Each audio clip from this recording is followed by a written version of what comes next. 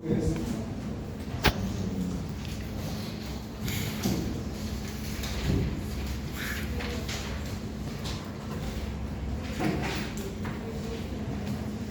¿qué fue lo que vimos en la clase pasada? Nosotros creo que íbamos a acabar la clase pasada. ¿Qué fue la clase pasada? De proteínas, ¿cierto? Ustedes lograron entender cómo es que una proteína se produce, las estructuras de una proteína, ¿se lograron entender? ¿Les quedó claro? No mucho. ¿Mucho? ¿No mucho? No mucho, pero que no quedó claro. ¿Qué es lo que más debería La estructura. estructurar? ¿Qué más?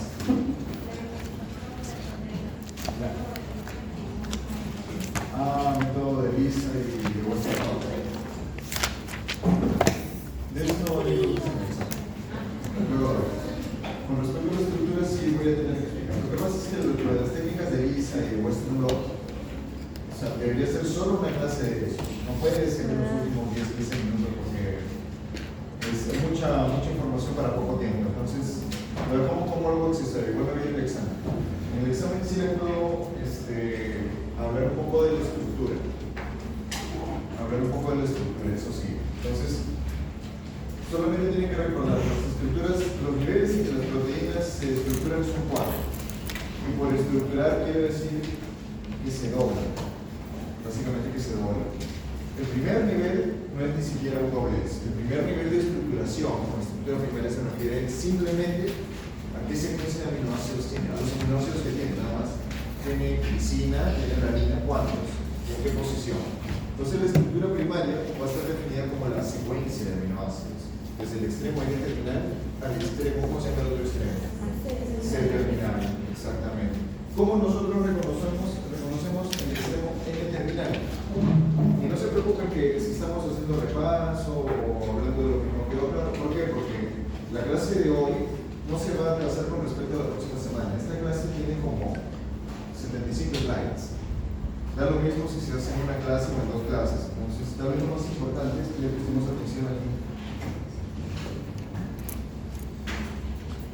Ya.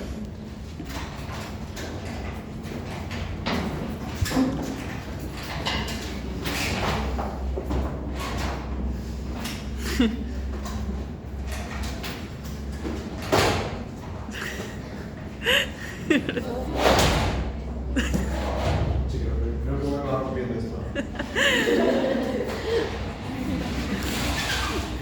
¿Cómo lo ves? Bien. ¿Cómo nosotros reconocemos cuál es el extremo N-terminal? Ya, a ver, ¿grupo amino o grupo carboxilo?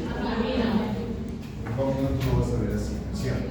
O lo vas a ver como H2N, o como NH2, o como una N unida a dos hidrógenos. Estos tres casos son lo mismo. Claro, lo vas a encontrar aquí unido carbono alfa, que está unido, está unido a un hidrógeno. Muchas veces el hidrógeno no se coloca, ¿no? Luego lo colocas un R. Ok, ¿y cómo llegamos a reconocer el otro extremo? El otro extremo justamente va a tener el carboxilo, ¿no? Bien, entonces eso es el primer nivel de estructuración, la secuencia de aminoácidos. Luego viene el segundo nivel de estructuración, o sea, ya tenemos la secuencia de aminoácidos. ¿Qué es lo que falta ahora? El doblez local. El doblez local puede ser de dos maneras. Hélice alfa es local, es en los 10, y el otro alfa beta, ¿sí o no? Ya. Entonces, ese doblez local se sustenta por un tipo específico de enlace. Puente de hidrógeno, exactamente. Puente de hidrógeno, y ya quedó ahí. Una vez que la proteína nació, tiene su estructura primaria, luego se comienza a doblar localmente. Hélice aquí, luego viene hoja beta, otra hélice, en fin. Y luego, ¿qué ocurre? Viene una estructura terciaria, en la que los lugares distantes en la cadena polipeptídica se aproximan. ¿Cierto? Porque ahí ya va teniendo su estructura tridimensional terciaria. ¿Sí? La estructura terciaria sí se sustenta por otros tipos de enlaces, aparte del puente de hidrógeno. Puede haber puente de hidrógeno, sí puede haber puente de hidrógeno. Pero hay otros enlaces también. Recuerda los otros enlaces, por ejemplo, la interacción entre las dos cadenas laterales que no tienen afinidad con el agua. ¿Cómo se llama? Hidrofóbica. Exactamente. Si no tiene afinidad con el agua, es hidrofóbica. Si yo encuentro un aminoácido positivo, ¿sí?, o básico, acercándose o recibiendo la visita de un aminoácido, conectándose con un aminoácido que es negativo o ácido, básico con ácido, ¿qué sería? La interacción iónica, ¿no es cierto? ¿Qué pasaría si yo tengo, esta aquí es interesante, si yo tengo una cisteína aquí, que se une covalentemente, vamos a decir, a otra cisteína, este es un puente de sulfuro, ¿no es cierto? Solamente entre cisteínas, ¿ok? En fin, ahí tú tienes una estructura terciaria. ¿Qué ocurre con la estructura cuaternaria? No todas las proteínas tienen estructura cuaternaria. Algunas tienen, otras no. Hay proteínas que funcionan bien ya con estructura terciaria y ahí baja su función. Hay otras proteínas que no, requieren estar acopladas con otras cadenas polipeptídicas. ¿Sí? Por ejemplo, la hemoglobina. La hemoglobina son 4 cadenas polipeptídicas, 2 del tipo alfa, 2 del tipo beta. ¿Sí? Entonces, cuando el ADN es leído, entonces él va a fabricar 2 cadenas alfa, se van más para allá 2 cadenas beta. Las va a traducir y las va a ensamblar como una molécula funcional de hemoglobina, pero solo cuando ensambles o cuando acoples las cadenas polipeptídicas que fueron traducidas por separado. ¿Sí? Esa es su estructura cuaternaria. ¿Sí? Bien, entonces le quedó más claro ahora, primario, secundario, terciario. A ver, Gani, tú tienes cara que no se entiende. Cuaternaria es cuando tienes varias cadenas polipeptídicas diferentes o similares, pero que han sido traducidas por separado. ¿Sí? Han sido traducidas a partir de mRNAs mensajeros diferentes. Peptídicas. Diferentes. Que se acoplan entre ellas. Luego cuaternaria. No existe, más allá de cuaternaria, no existe otra estructura. No hay quinta o sexta. Quedó ahí cuaternaria y ahí acabó. ¿Ya?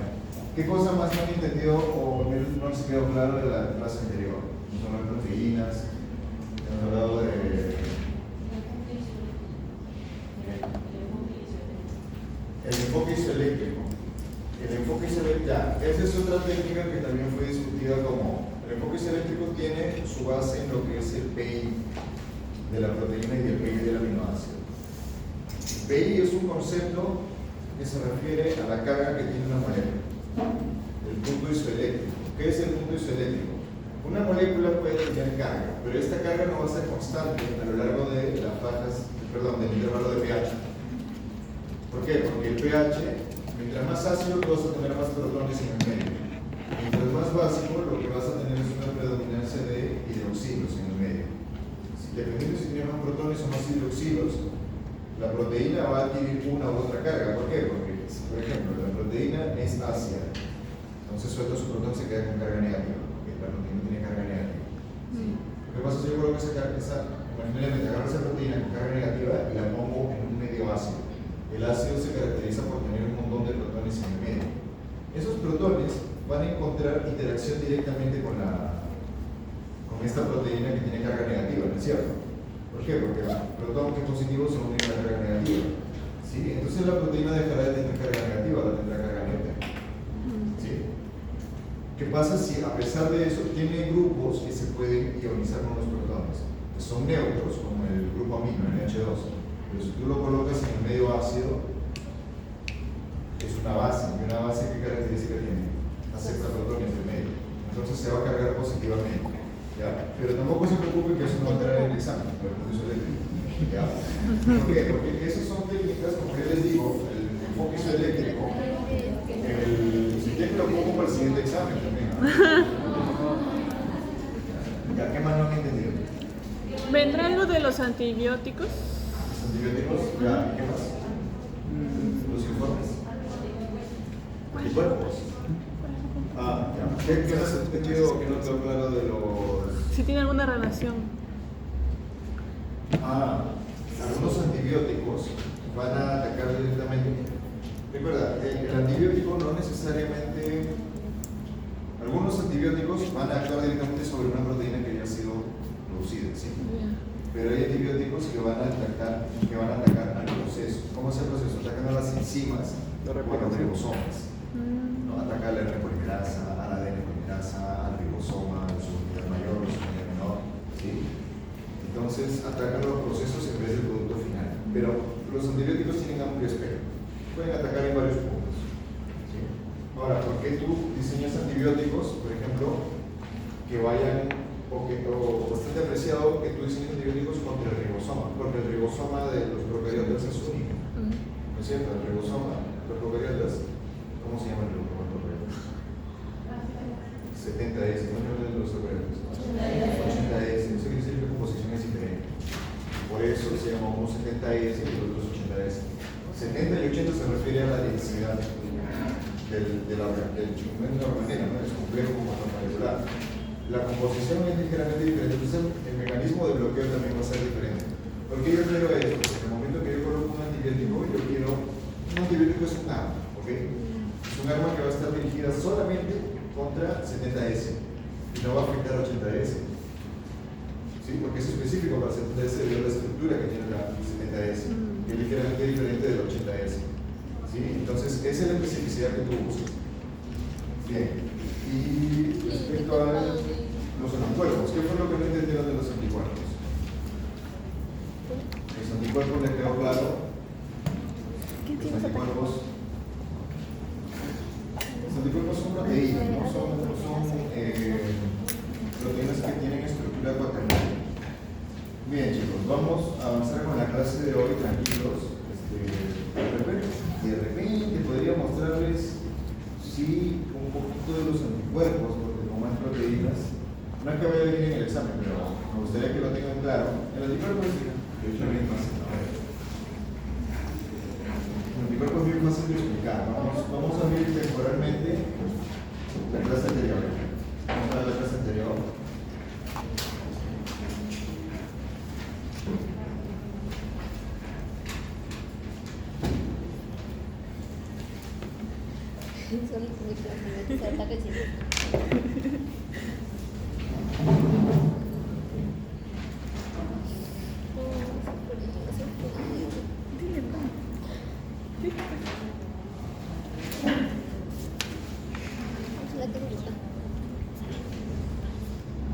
¿Qué?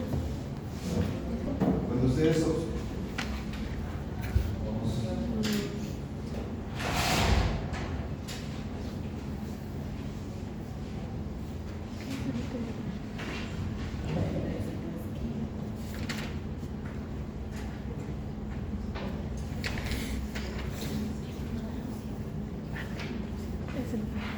cuando ustedes observen un esquema así, en el que tú ves como una especie como de cinta, en realidad se refiere a una cadena polipeptídica, o si hablas de ADN, a una región del ADN. En este caso lo que estamos viendo es una cadena polipeptídica, ¿ya? ¿Qué es lo que te está diciendo? Claro, se está diciendo la cadena polipeptídica, pero tú te pierdes, porque he dicho que toda cadena polipeptídica tiene un extremo N y C terminal. Aquí no se muestra. Sí, aquí no se muestra el extremo N y C terminal. Porque dentro del contexto del anticuerpo no es importante. El anticuerpo presenta lo que se llaman unos. Cuando tú tienes, por ejemplo, dentro de una cadena tú puedes tener la estructura terciaria, ¿ok? Puedes tener toda la cadena interviniendo en ese doblez que le da la estructura terciaria. Pero muchas veces, muchas proteínas tienen más de una estructura. Tienen estructura terciaria, tienen dos estructuras terciarias separadas por un espacio de aminoácidos. ¿Sí? Entonces quiere decir que un extremo, una mitad por ejemplo se dobla de una manera y la otra mitad se dobla de otra manera. Muchas proteínas tienen eso. Como tú tienes una estructura terciaria, todo es una estructura terciaria, pero está dividida en dos partes. Por ejemplo, una parte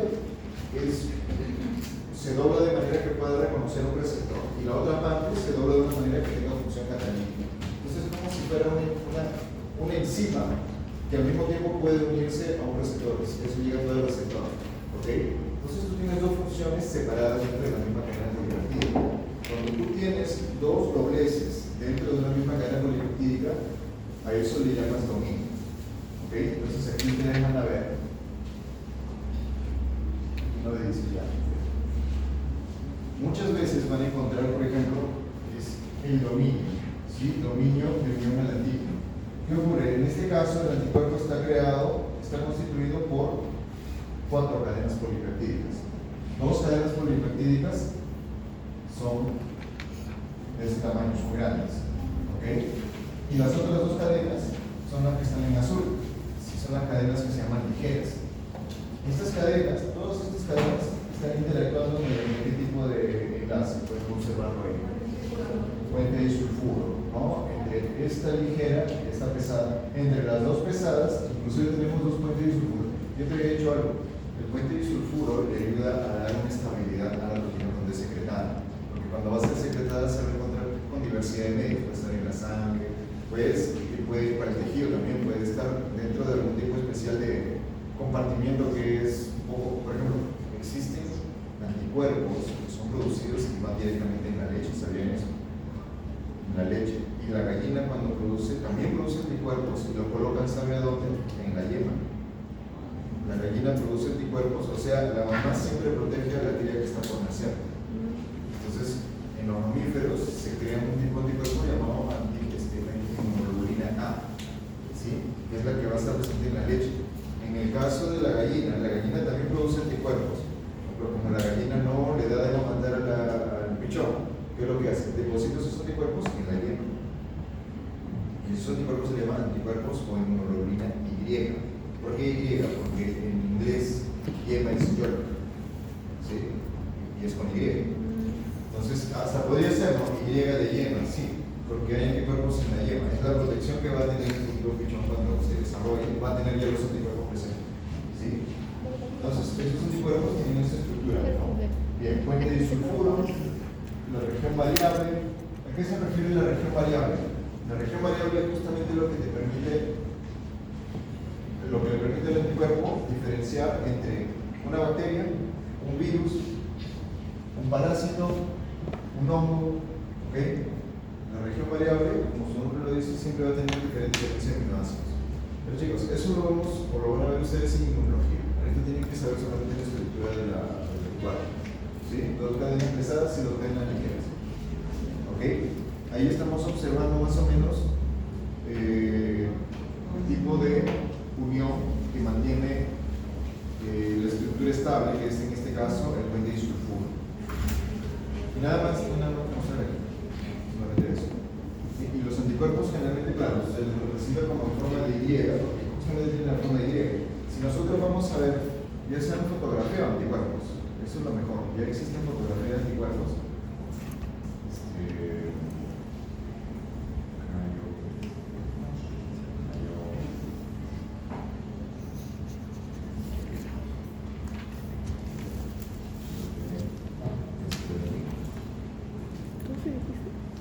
¿Qué? ¿Cómo se han fotografiado virus? Ya se han fotografiado anticuerpos.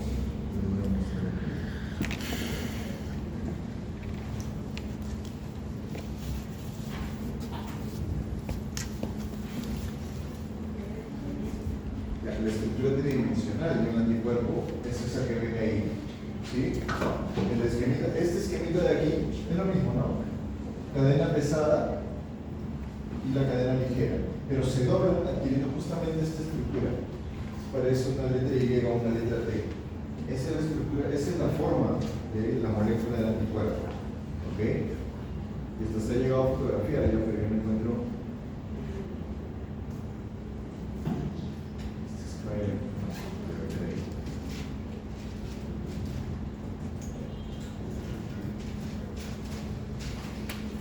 Ajá, aquí les han tomado fotos de los anticuerpos. Sí, aquí son fotos de anticuerpos. Sí, claro que no se ve muy bien, pero eso les he tomado fotos con microscopía electrónica. Entonces ya se ha logrado observar.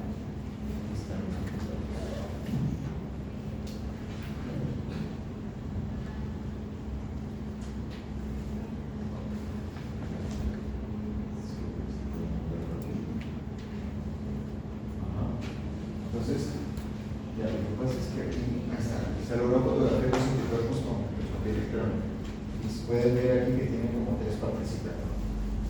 Esos son los tres glóbulos que se ven en el modelo computarizado. ¿Sí? En el modelo tridimensional tuve como tres glóbulos. Son estos de aquí. Estas son fotografías de anticuerpos. ¿Sí? Todo esto claro que se ven chiquitos, ¿no? Porque están bien cerca del límite de resolución, ¿ya? Pero sí existe fotografía que se ha comprobado que es de la forma. Bien. Ok, entonces vamos ya con la clase.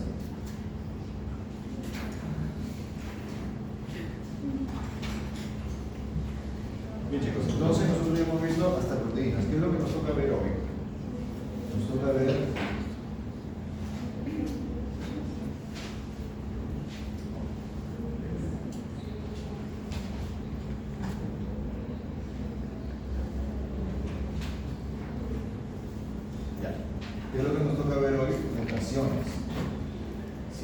es el logro de esta sesión? Tenemos que entender qué cosa es una mutación. Ya muchos deben imaginar qué cosa quiere decir la palabra mutación. Mutar es cambiar. ¿Sí? El término académico es mutación. ¿Y qué implicancia tiene una mutación dentro de la biología de un ser vivo? Bueno, la mutación tiene como principal objetivo generar variabilidad, porque a más variabilidad el organismo puede crear variantes que le permitan sobrevivir a la especie.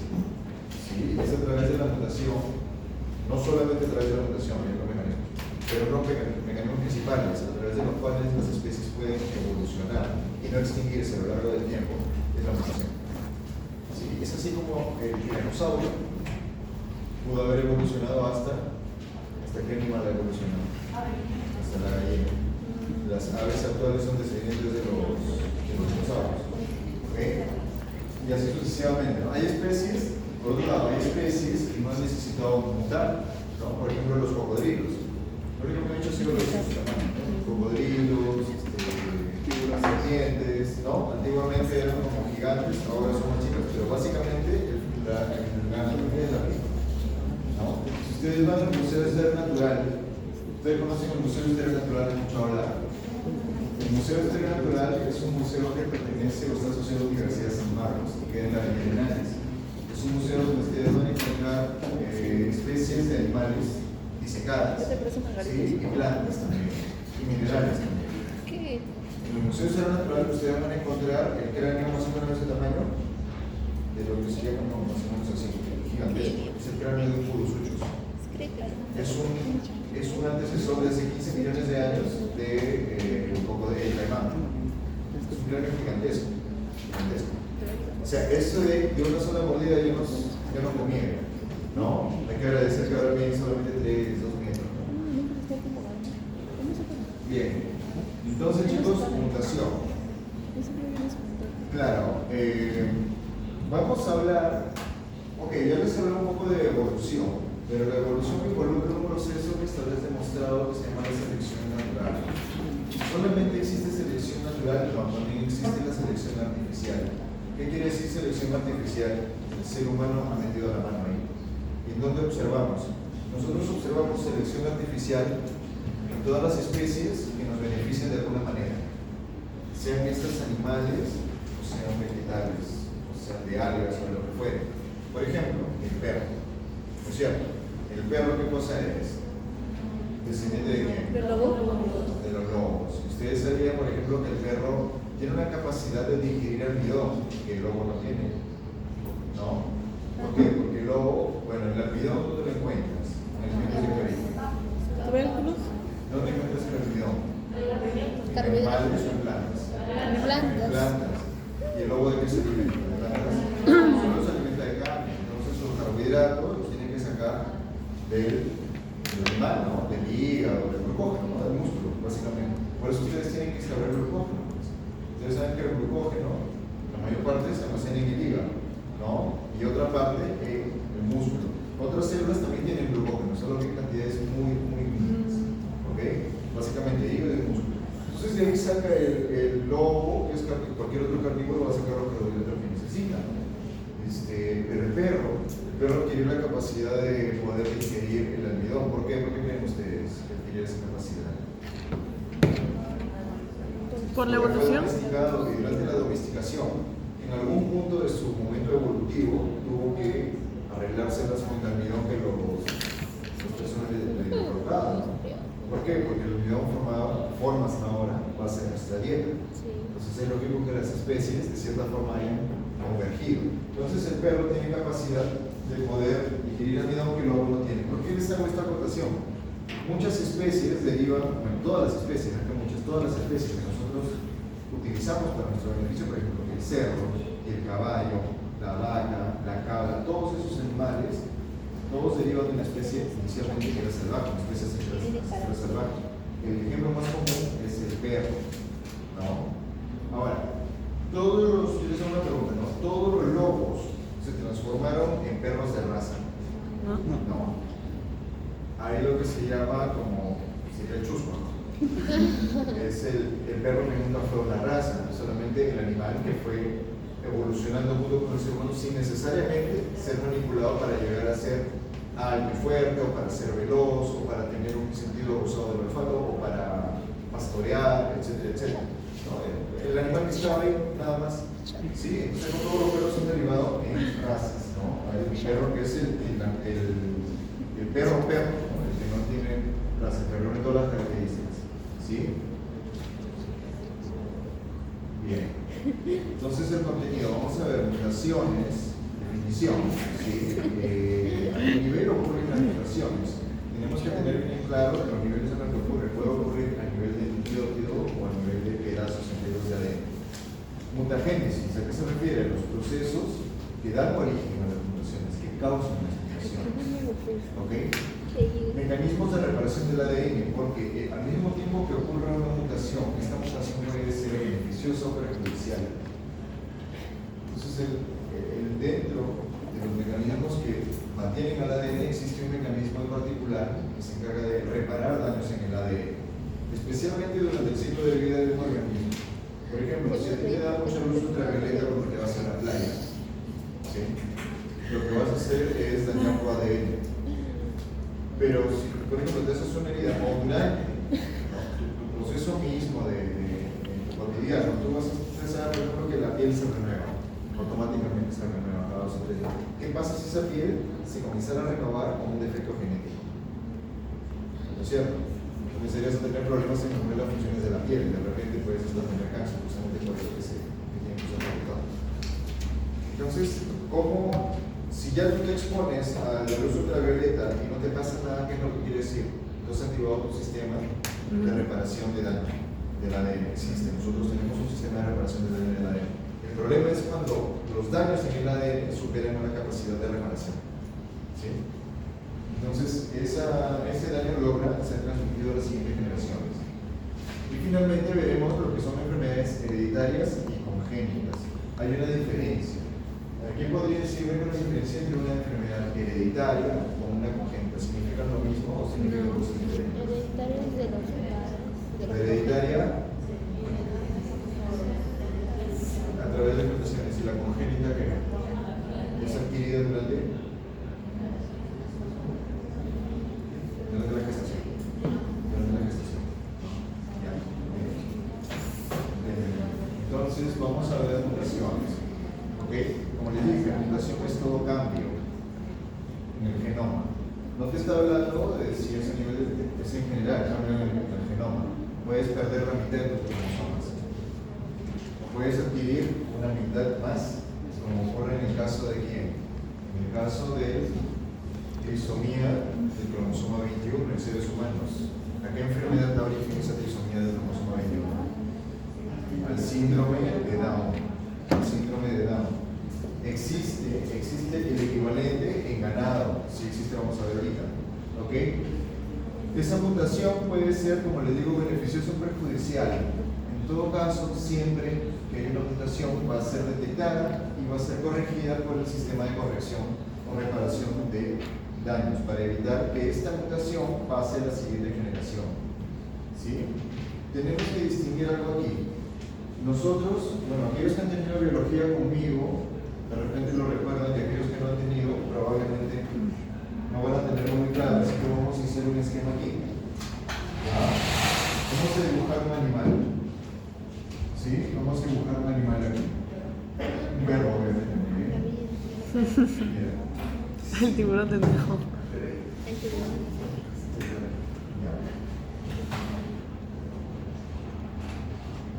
Bien, esto de aquí es un perro, chicos.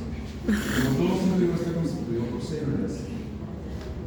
Pero no lo voy a dibujar todo, solamente unas cuantas. ¿Ya? Cada célula tiene su nombre. Tenemos que tener en cuenta esto, ¿no? O sea, nosotros mismos somos un conjunto de trillones de células. Pero nosotros vamos a tener siempre un grupo de células que se encuentran en una parte en particular. Que está encargada de una función y solamente una función, y para eso existe.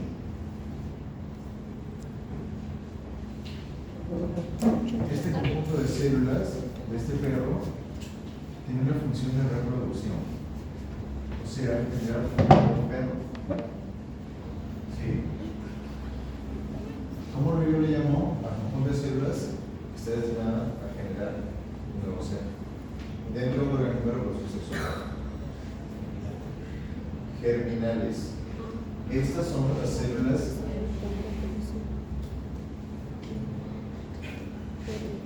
germinales.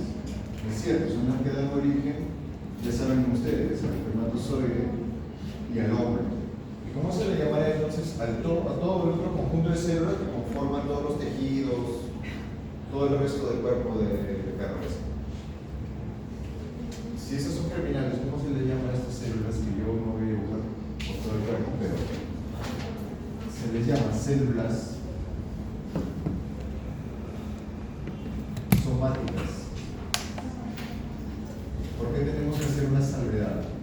Ok, si yo tengo una mutación en la célula somática, esto a nivel de especie, por eso ustedes en biología, ¿se recuerdan la primera clase de biología? Nosotros teníamos los niveles de organización. ¿Recuerdan los niveles de organización? ¿No? Con el átomo, la molécula, la orgánica, ¿no es cierto? Y llegamos a este nivel del individuo. Y luego del individuo teníamos un conjunto de individuos de la misma especie, que era población. Pero vamos para la especie, ¿ok? Entonces, si yo tengo una mutación en la célula somática, y mi célula somática está continuamente dividiéndose, como por ejemplo la de la piel, esa mutación va a pasar por la siguiente generación. ¿Qué dicen ustedes? ¿Pasa o no pasa? Si la mutación ocurre en la célula somática, ¿las crías de ese animal van a tener esa mutación? No, no van a tener, nunca la van a tener. ¿Por qué? Porque la mutación comienza y muere aquí en el cuerpo. Eso no va a ser transmitido. ¿Por qué? Para ser transmitido tendría que ocurrir en las células germinales. Si una mutación ocurre en las células germinales y esta no es corregida a tiempo, al momento que ocurre la reproducción, ¿no? Como no soy como óvulo, vas a transmitir esa mutación a la siguiente generación. Por eso tenemos que hacer la diferencia. Un ejemplo. ¿Qué? Un ejemplo. ¿Un ejemplo de qué? De una mutación en las células germinales. En las células germinales, un ejemplo de mutación en células germinales.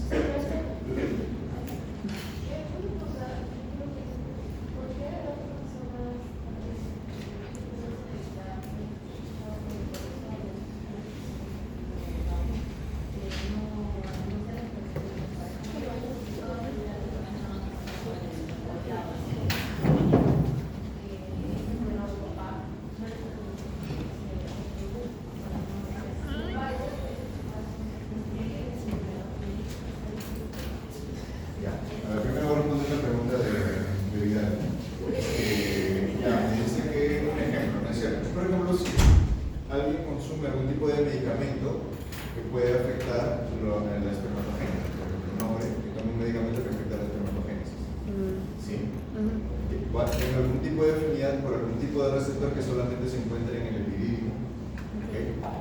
O en el caso de la mujer que tenga algún tipo de medicamento que tenga afinidad por algún tipo de proceso que solo ocurre en el ovario, ¿sí? Pero así, ejemplo específicamente no conozco, pero más o menos ese sería el mecanismo, ¿no? Ese sería el mecanismo, porque por ejemplo yo no me imagino que, ok, te da radiación ultravioleta porque te fuiste a la playa y te va a ocurrir algo, ¿no? En las células germinales, no es así que ocurre. Podría ocurrir si tu cuerpo estuvo expuesto de repente a una alta radiación del tipo, tipo radiación gamma, o radiación rayos X, ¿no? De manera continua, estás expuesto. Pero ahí, ok, aquí, si te has expuesto es todo el cuerpo, no solamente la célula germinal. Entonces tendría que ser algo específico como un medicamento que tenga afinidad por un proceso que solo ocurre en la espermatogénesis, ¿no es cierto? O durante en las células germinales, ¿no? ¿Sí? ¿Puede ser pastillas estando embarazada? Pastillas. Por eso mismo cuando ustedes toman algún tipo de pastilla tienen que ver la bula, que es lo que dice la contraindicación. La contraindicación te va a decir, ¿no? Se puede afectar la fertilidad, y vas a ver, ¿ya? Y respecto a lo que yo me preguntaba por qué los síndromes de Down no pueden casarse y tener hijos. Bueno, los síndromes de Down son personas especiales, no son limitadas. Nunca van a tener la capacidad de poder, no solamente procrear, pueden procrear, claro que pueden procrear, pero ¿quién es el dinero de la puerta de vida? Ahorita.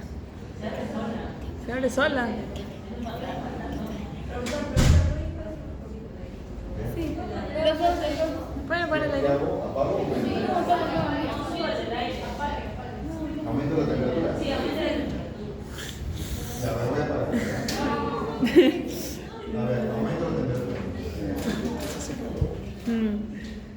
trajiste chombo. Ah, Fernanda. Sabía que iba a salir así.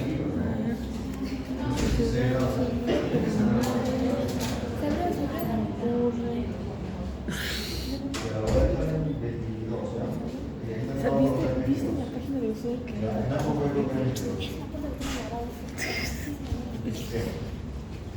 Entonces, ya, ¿por qué un síndrome de Down?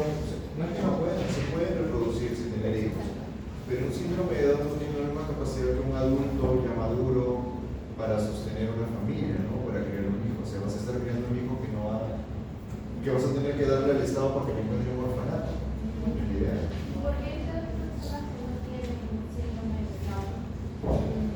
¿Por qué ocurre, no? Porque el síndrome de Down, hasta donde yo sé, no sé si ocurre porque hubo algún tipo de actividad de la mujer durante el embarazo. Porque ¿qué ocurre? El síndrome de Down es cuando tú tienes un cromosoma de más. Pero ese cromosoma de más proviene del momento de la meiosis, cuando no hubo una distribución correcta de los cromosomas, serían cromosomas, cromátides hermanas. Claro, sería de las cromátides hermanas. Yo creo que tendría que ver mucho con los microtúbulos. Los microtúbulos siempre hacen, cuando se une un cromátide y el otro cromátide por uno y otro lado, tienen que hacer una prueba de tensión, de tira y afloja. Porque la tensión tiene que ser exactamente igual a ambos lados. Si la tensión, o uno jala con más fuerza que el otro se va a romper. Entonces va a llevar las dos cromátides para la célula hija. Y a partir de ahí tú vas a tener dos cromátides, ¿no? Vas a tener un cromosoma más. Ahora, ¿por qué específicamente uno de los microtúbulos en el uso cromático se rompe? Me imagino que debe ser un problema con la proteína o un problema de nutrición o qué sé yo. No es que haya averiguado, pero yo supongo que es algo por ahí, yo diría que es eso. ¿Ok? Bien, para no desviarnos, entonces, si la mutación es somática, no se va a transmitir a la descendencia, lo que estoy diciendo, pero si sí ocurre en la línea germinal, sí va a pasar a la siguiente generación. ¿Okay? ¿Las mutaciones son malas? No, las mutaciones son solamente eso, un cambio. La mutación no necesariamente es mala ni buena, eso se va a ver después, ¿sí? En el ciclo de vida del ser vivo, durante el desempeño del ser vivo. Hay mutaciones que pueden ocurrir y no, o sea, sí te cambia, por ejemplo, una enzima, pero en el saldo general del metabolismo continúas produciendo tus 34 o 36 moléculas de ATP, por decir. Entonces no te afecta mucho, ¿no? Puedes tener una mutación, en ese caso esa mutación llegaría a llamarse un polimorfismo, generaría un polimorfismo.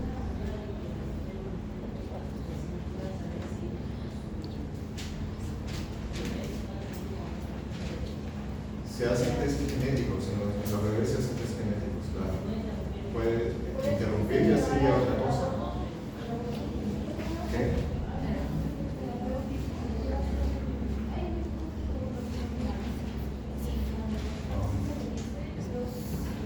Claro, cuando tienes un feto que va, no, eso es del aborto bien legal, cuando tienes un feto y por algún tipo de malformación te van a hacer mal, y segundo va a colocar en riesgo la vida de la gestante si continúa el desarrollo. Entonces tienes que hacer un aborto terapéutico, pero eso es otro tema, ¿no? No deberíamos de la cuestión de las mutaciones. Entonces, ¿las mutaciones son malas? No, son solamente cambios.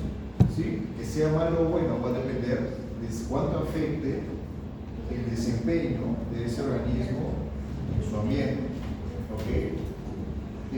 Las mutaciones son un mecanismo que les permite, digamos, es uno de los mecanismos que le permite a las especies evolucionar. ¿Qué quiere decir evolucionar? Recuerdan ustedes, de nuevo, vamos a regresar a la clase inicial de biología que ustedes tuvieron, las características del ser vivo, ¿sí o no? Las características del ser vivo son 7, ¿no? Una de las características era evolución y adaptación. ¿Qué cosa es evolución?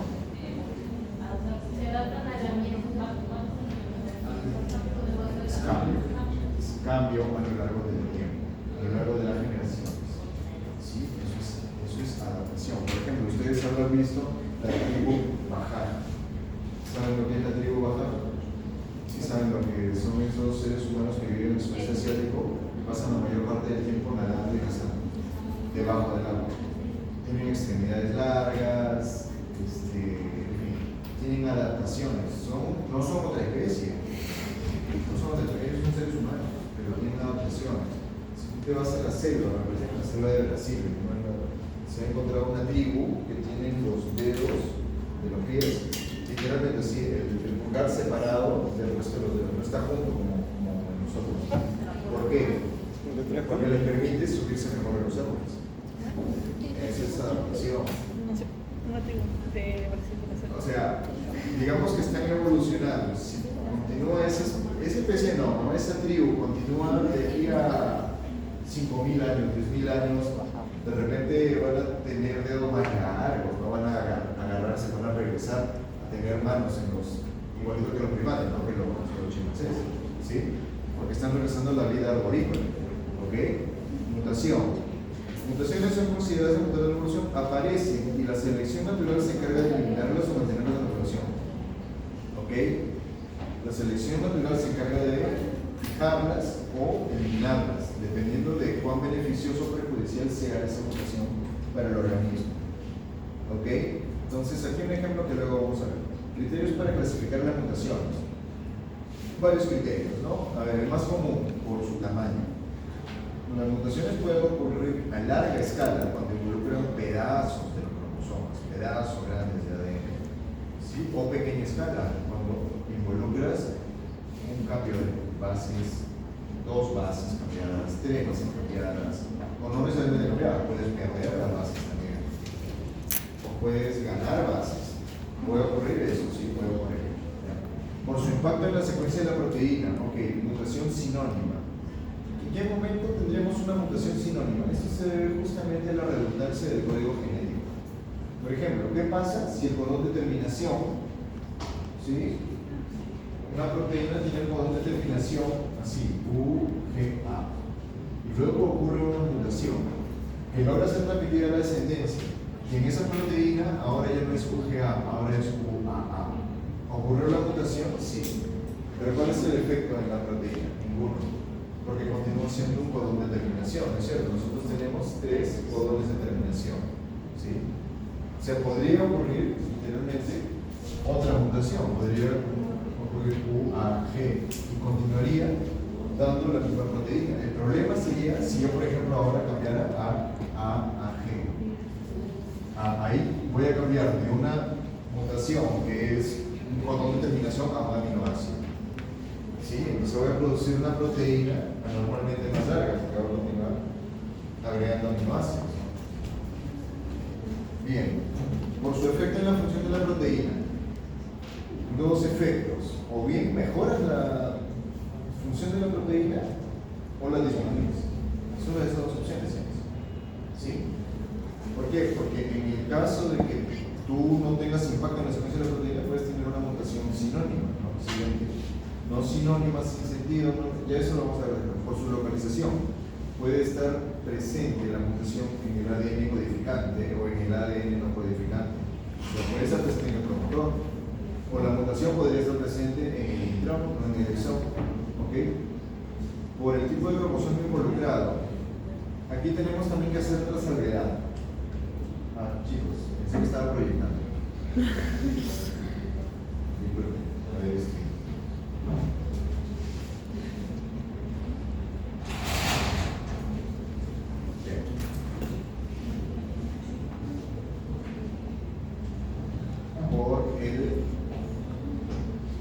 Por el tipo de cromosoma involucrado, mutación autosómica o cromosoma sexual.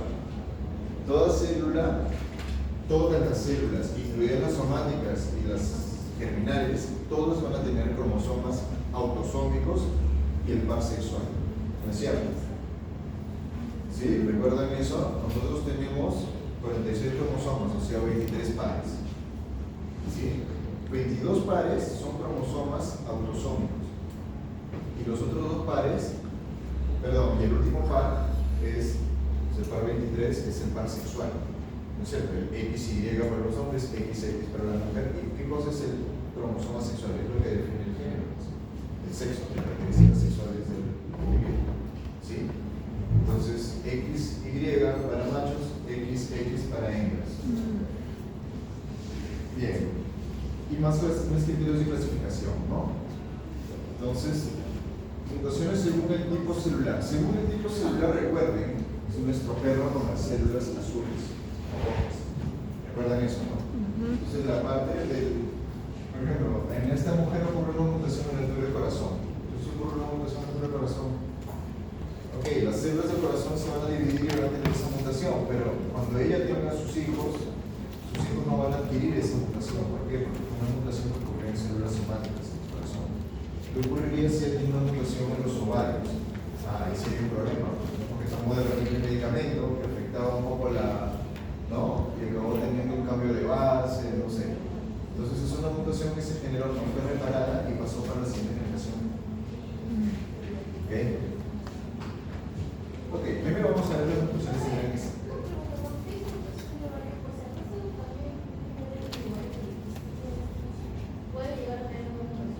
No, el poliquístico se refiere a la presencia de quistes, que son como bolas duras.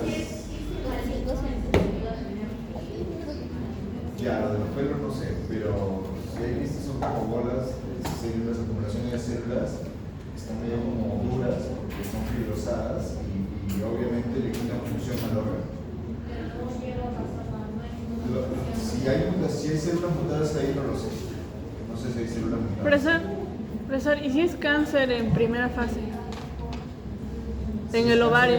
Ya, el cáncer ya es una célula mutada, ¿no? El cáncer ya es una célula mutada. Pero entonces... El cáncer es una célula mutada que existe dentro de nuestro organismo. Pero la cuestión del cáncer es que la mutación ocurre en cualquier proteína que tenga que ver con regulación del ciclo celular. La regulación del ciclo celular tiene varias proteínas acá, las cilinas, proteínas propias del uso cromático, todas las proteínas involucradas que tengas una mutación que altera la función, ya fue. Vuelves a la célula que se prolifere indiscriminadamente. ¿Sí? Entonces, ya el cáncer, la célula de cáncer ya es una célula mutada. Ya es una célula mutada. ¿Sí? Bien, mutaciones de gran escala. Entonces, ¿qué son las mutaciones de gran escala? Son aquellas que involucran anomalías cromosómicas, ¿sí? Pueden ser estructurales o numéricas. Aberraciones estructurales, de lesiones, duplicaciones, etc. Aberraciones numéricas son aquellas que tienen que ver con los números enteros de cromosomas. Por ejemplo, la trisomía del cromosoma 21 es una aberración numérica no estructural. ¿Por qué? Porque yo le agrego un cromosoma más al 21, un cromosoma entero más. ¿Sí? Estructural sería si el cromosoma se rompe, por ejemplo, o si adquiere un pedazo de otro cromosoma. ¿Sí? Eso sería estructural. Hacer una estructura dentro de un cromosoma. ¿Ya? Aberraciones cromosómicas estructurales, mutaciones que alteran la estructura de los cromosomas. 4 tipos básicos tenemos de alteraciones estructurales o aberraciones estructurales de los cromosomas. ¿Cuáles? De lesiones, duplicaciones, inversiones y translocaciones. ¿Ok? Todas involucran la rotura de ambas hebras, o sea, de la doble hélice del ADN. ¿Bien? ¿Y por qué ocurren estas roturas? Por daños externos, errores en el crossing over. ¿Recuerden el crossing over? ¿Qué ocurre el crossing over? Crossing over o entrecruzamiento. ¿Dónde observamos el crossing over o entrecruzamiento? En la telofase, me dice. No. Ya es una fase de cuál división? ¿De la mitosis o de la meiosis? De la meiosis. ¿De cuál meiosis? ¿La 1 o la 2? ¿La 2 o la 1? La 1. Dentro de la meiosis 1, ¿cuál de las subfases de la meiosis 1? Prometa, anatema. Profase, metafase, anafase, telofase. ¿Cuál de esas 4 fases? Metafase no. Ana tampoco. Profase. Dentro de la profase 1, ¿en cuál de las subfases? Leptoteno, paquiteno, deproteno y cigoteno.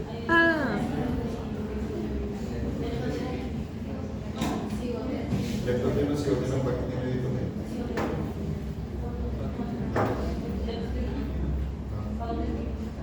Pagoteno, paquiteno.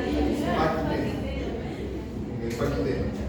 ¿Ok? En el paquiteno es donde ocurre, ¿qué cosa? El entrecruzamiento y es los cromosomas homólogos. ¿Por qué? Porque vamos a mezclar características, ¿no?, del papá y de la mamá. ¿Sí? Eso genera variabilidad. Bien. Bien, bien. La relación de cromosómicas estructurales, tenemos unos ejemplos aquí. Esto es bien fácil, la verdad, ¿no? De lesión. ¿A qué se refiere de lesión? Eliminación de un fragmento. Este fragmento D se elimina y tenemos A, B, C, el D ya no está, pasamos al segmento E en el cromosoma, ¿no?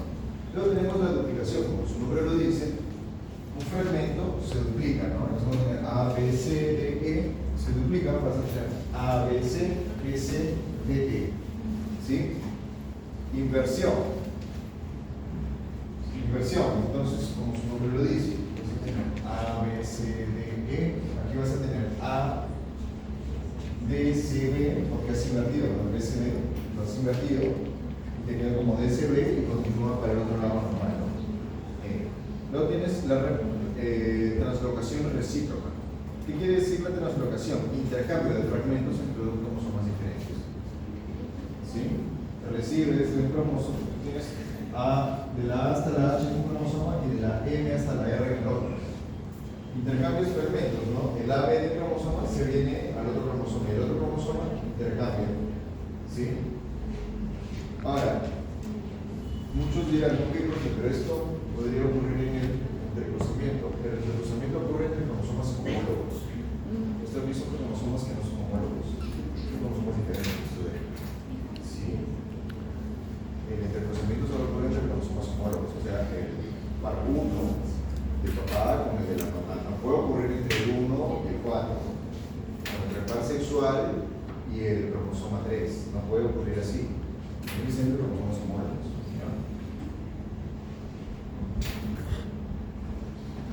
Duplicación. Repetición de un segmento cromosómico se añade material genético extra. Bien, esta parte saben ustedes que no me gusta leer lo que está escrito, no prefiero explicar, pero esa parte que está explicada es bien simple. Entonces, duplicación creo que se explica por sí solo. La de lesión es la pérdida de un fragmento cromosómico. El problema es que, recuerden ustedes, el cromosoma es el ADN totalmente, es el ADN lineal, está en el núcleo de la célula, está totalmente empaquetada, ¿no? Si tú pierdes un fragmento, estás perdiendo genes. Si pierdes genes, pierdes funciones, ese es el problema, ¿no?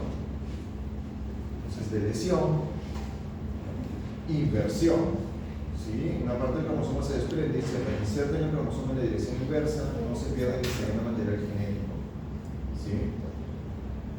Pero tú podrías tener, por ejemplo, si en el momento que tú lo cortas y lo inviertes, de repente justo aquí en el punto que se ha cortado, si lo observas microscópicamente a nivel molecular, vas a ver que tienes el promotor de un gen y el gen, y la parte que se va a transcribir, ¿no? Y justo la parte que se va a transcribir se sale y se invierte y se viene para este lado. Entonces el promotor aquí no va a tener qué cosa va a transcribir, porque en realidad cuando transcribirse por otro lado la migración, ¿sí?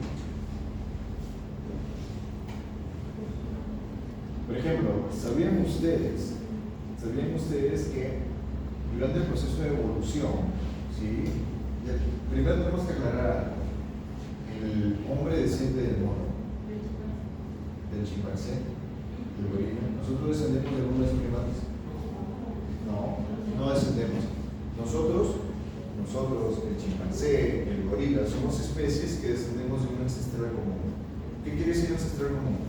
Si regresáramos en el tiempo, 1.000.000 de años atrás, y viniéramos a donde está presente esa especie, de repente en África, ¿no? Dicen que es en África, tú encontrarías a un humanoide, un homínido, ni siquiera humanoide, no, homínido. O sea, algo muy parecido con un chimpancé, pero no es un chimpancé, ni es un gorila, es un homínido, tal cual se dibuja.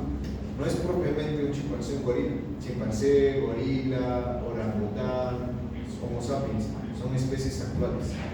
Hace 1.000.000 de años estas especies no existían.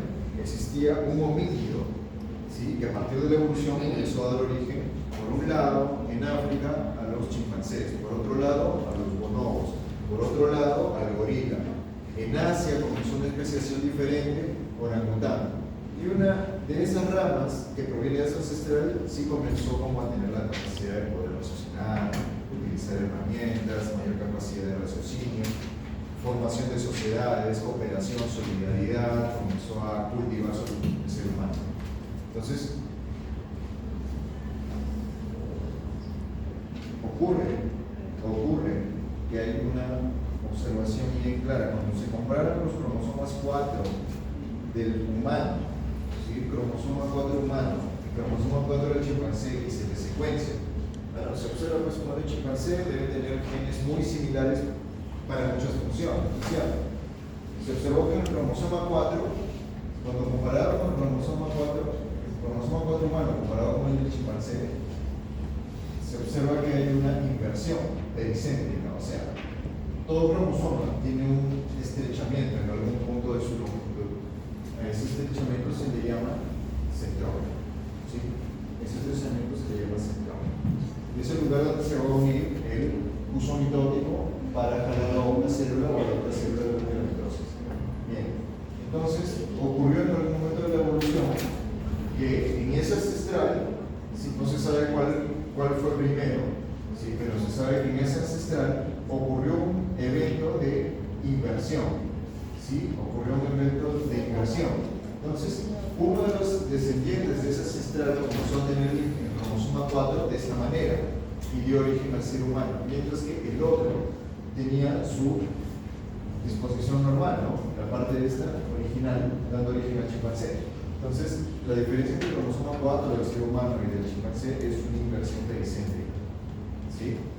Se ha detectado eso. Translocación. ¿Qué cosa es translocación? ¿Puede haber translocación recíproca o no? ¿No? Translocación recíproca es cuando hay intercambio de fragmentos entre dos cromosomas diferentes, o translocación robertsoniana, cuando un cromosoma entero se une a otro en un síndrome.